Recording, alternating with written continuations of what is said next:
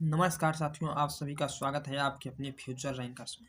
आज हम कक्षा 10 के चैप्टर 1 मैथ के प्रश्नावली 1.1 लेकर हाजिर हूँ, वास्तविक संख्याएं। तो वास्तविक संख्याएं पहले पार्ट में आपको दिया गया है। क्वेश्चन नंबर अगर हम 1 देखें या इसे आपको थोड़ा बताऊं इसके बारे में, तो इसमें यूक्लिड विभाजन प्रमेय या एल्गोरिथ्म का प्रयोग किया गया है। पहले ये चैप्टर में पहले ही सवाल से इससे आपको HCF निकालना बहुत आसान तरीकों में बताया गया है।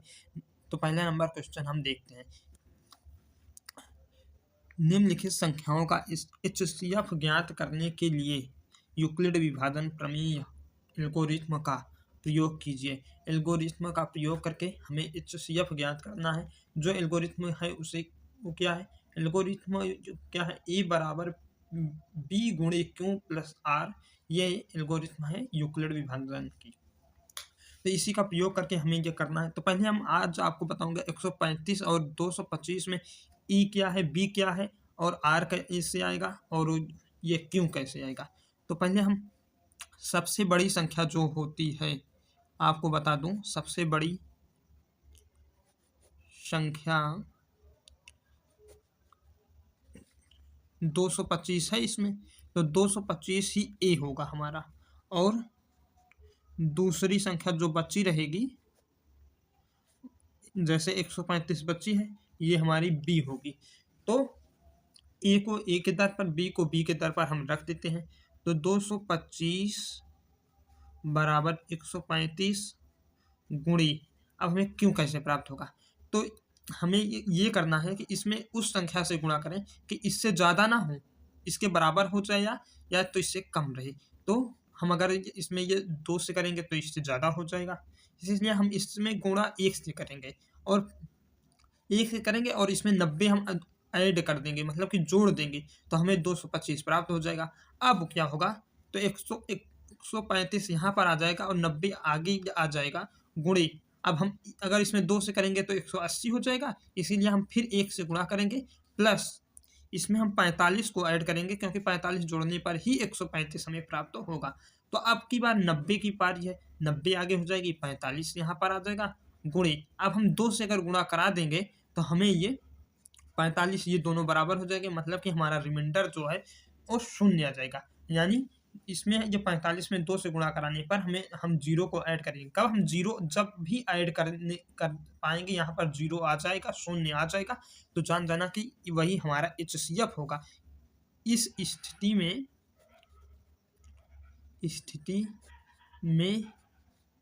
HCF बराबर 45 आया है। तो हम अगली नंबर सवाल की ओर चलता हूँ। आपको आशा करता हूँ समझ में अच्छी तरीके से आ रहा होगा। अगर हम 38,220 बराबर 196 करें, तो हम कौन सी संख्या से गुणा करें कि इसके बराबर हो जाए? तो हम 195 से गुणा करेंगे। आप 195 से गुणा कर देना, इसके बराबर हो जाएगा। हम इसे जब बहुत बार लगाया, इसलिए हमें ये सब पता हो गया है कि जिस संख्या से हमें इसमें गुणा करना है वो कौन सी है।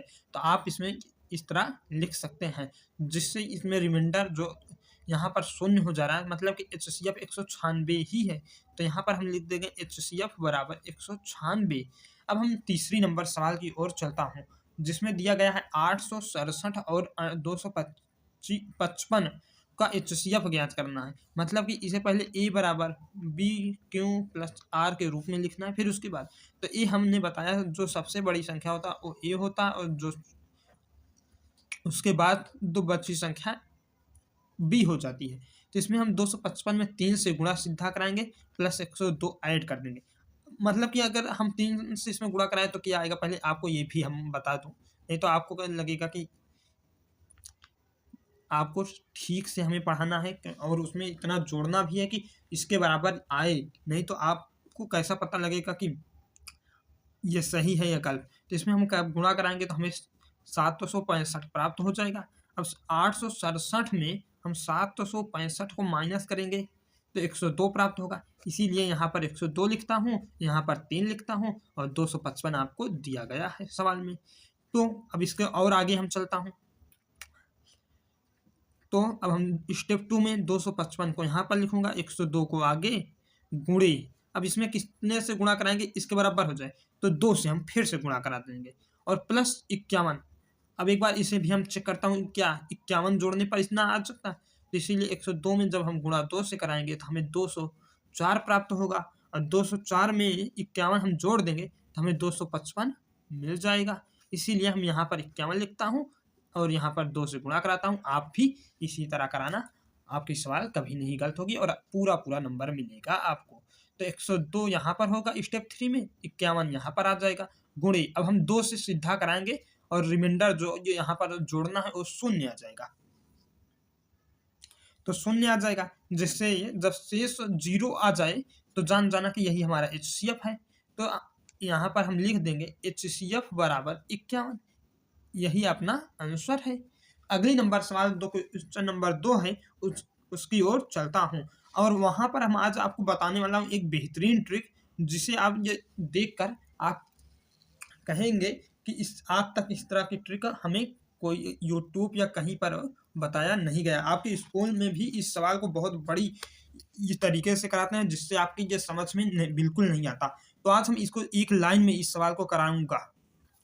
तो जैसे दिया गया है, दर्शाइए कि कोई भी धनात्मक विषम पूर्णांक 6q+1 या 6q+3 या 6q+5 के रूप का होता है। तो पहली बात यहाँ पर आपको पकड़ना क्या क्या है, जैसे धनात्मक विषम पूर्णांक दिया गया है, इसे आपको पकड़ लेना है। तो चलो इसके लिए कराता हूँ। तो सबसे पहले हम लिखेंगे यहाँ पर 6 से अगर भाग हम करेंगे, कभी भी हम 6 से भाग करने पर शेष यहाँ पर हमें 0 से लेकर 5 तक प्राप्त होगा, क्योंकि देखिए अभी हम आपको बताया हूँ कि ए बराबर BQ+1 BQ+R है। तो R का मतलब यहाँ दिया गया है 5 और यहाँ पर देखिए ए, तो मतलब कि ये 0 से स्टार्ट है, तो इसीलिए हमें शेष हमेशा 0 से 5 प्राप्त होगा में से होगा। और अब आगे क्या, तो हमने यहाँ कहा था ना धनात्मक विषम पूर्णांक पकड़ना है, तो आपको क्या करना है कि अब हम विषम पूर्णांक देखेंगे कि 0 से 5 के बीच में कितने विषम पूर्णांक हैं। तो विषम हमें क्या मिलेगा, विषम पूर्णांक अगर हम विषम पूर्णांक देखेंगे तो हमें 1,3 या 5 मिलेगा। इतना ही विषम मिलेगा ना, 0 से 5 के बीच में ही हो सकता है।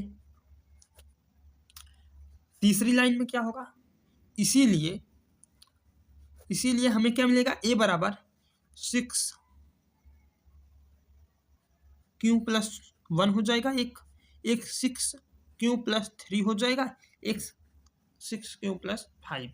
तो मानो ये 3 लाइन में सिद्ध हो गया कि हम इस तरह ये आता है। तो सिद्ध हो गया कि दर्शाइए कि कोई भी धनात्मक विषम पूर्णांक 6q+1 या 6q+3 या 6q+5 के रूप का होता है। तो देखिए यहाँ पर इसीलिए होता है कि सबसे पहले हम 6 से भाग करने पर हमें शेष क्या मिलेगा, 0 से 5 के बीच में, क्योंकि यहाँ पर देखिए 0 से लेकर 1 से लेकर 5 के बीच में विषम पूर्णांक दिया गया है। ये हर एक सवाल में अगर पूछेगा बोर्ड में तो पहले आपको बता देगा 1 से लेकर 5 तक, 1 से लेकर 7 तक इतने के बीच में है। तो आपको विषम पूर्णांक जो शेषफल है उसी के बीच में लेना है। 0 से 5 के बीच में हमने शेषफल लिया, फिर उसमें क्या किया, इसमें दिया गया धनात्मक विषम पूर्णांक, तो विषम पूर्णांक देखा, तो 0 से 5 के बीच में 1, 3 या 5 विषम पूर्णांक आते हैं। तो फिर इसीलिए हमने यूक्लिड विभाजन की जब बात करूं तो ए बराबर 6q+1 हो जाएगा, ए बराबर 6q+3 हो जाएगा, ए बराबर 6q+5 हो जाएगा। तो इसलिए ये सिद्ध हो गया। तो 3 लाइन में देखिए क्वेश्चन नंबर दूसरे का आंसर आ ही गया। अब हम आपको बताऊंगा क्वेश्चन नंबर 3 जो कक्षा 10 की बहुत ही इंपॉर्टेंट क्वेश्चन है। तो क्या है और कैसे इसे हल करते हैं, चुटकियों में आज इसे भी हल करना बताऊंगा। किसी परेड में 616 सदस्यों वाली एक सेना आर्मी की टुकड़ी को 32 सदस्यों वाले एक आर्मी बैंड के पीछे मार्च करना है। दोनों समूहों को समान संख्या वाले स्तंभों में मार्च करना है। उन स्तंभों की अधिकतम संख्या क्या है जिससे वे मार्च कर सकते हैं। तो पहले हम यूक्लिड विभाजन ए बराबर BQ+R, यही यूक्लिड विभाजन प्रमेय का है। तो पहले हमने ए हमेशा बताया कि जो सबसे बड़ा होगा वही ए होगा। अब यहाँ पर 32 हम ले लेंगे, बराबर 32 गुणे कितने में इसमें गुणा करेंगे, इसके बराबर या इसके अगर बगल पहुंच जाए तो 19 से करके 8 जोड़ देंगे, तो ये अब 616 के बराबर हो गया। अब यहाँ पर आ जाएगा 32 बराबर 8 गुणे 4 प्लस 0, ये 8 चौक 32 हो जाएगा, 0 जोड़ देंगे, तब देखिए यहाँ पर हमें शेष 0 मिल गया, इसीलिए यहाँ का HCF 616, 32 का 8 आएगा, यही हमारा आंसर है। मिलता हूँ नेक्स्ट वीडियो में एक और अलग टॉपिक लेकर जो आपके पेपर में इम्पोर्टेंट है। तो तब तक के लिए धन्यवाद दोस्तों। अगर वीडियो पसंद आए तो चैनल को सब्सक्राइब, वीडियो को लाइक और वीडियो पर कमेंट करके अपनी राय ज़रूर बताएं कि वीडियो कैसा लगा, ट्रिक कैसे लगी, और अगली जो वीडियो कौन से चैप्टर पर बनाऊँ, किस पर बनाऊँ, आप ज़रूर बताएं। तो मिलता हूँ नेक्स्ट वीडियो में, तब तक के लिए धन्यवाद।